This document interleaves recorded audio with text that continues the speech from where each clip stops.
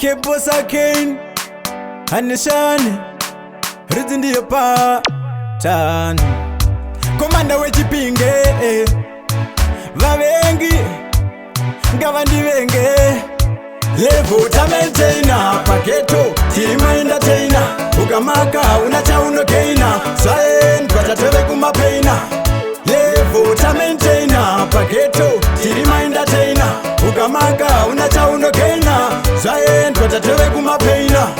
Shua kumaka inini Ufunge unopedza nguwa Handimire kushanda Shandino shuwira ndiwe Zandino ngoda kuwa Henda kwa kodobori Madunanga inga hamunyari Sina kupei, azikupei mari Inini ndiri pakutsvaga mari ufunge Iwe simtachi Levo Tamaintainer Paketo Tamaintainer Ukamaka hauna chaunokeina Swaen Kwatateve kumapeina Levo Tamaintainer Paketo Tamaintainer Ukamaka hauna chaunokeina Swaen Kwatateve kumapeina Hanzi kebu ari kupi Komanda vaita zvipi Zizo kukava gepi Herega ndimbo pika kasnepi Vana va Lucifer vana va Satan Bondiri weu Tatika njani Vekuwenga kampani yenyu wakwan Madiri ndino wiper Tayelushan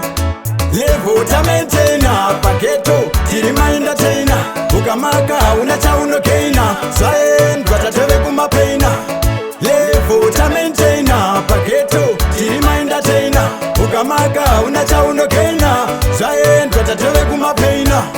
Shua kumaka inini Ufunge unopedza nguwa Handimire kushanda Shandino shuwira ndiwe Zandino ngoda kuwa Henda kwa kodobori Madunanga inga hamunyari Sina kupei, azikupei mari Inini ndiri pakutsvaga mari ufunge Iwe simtachi Tamaintainer Tamaintainer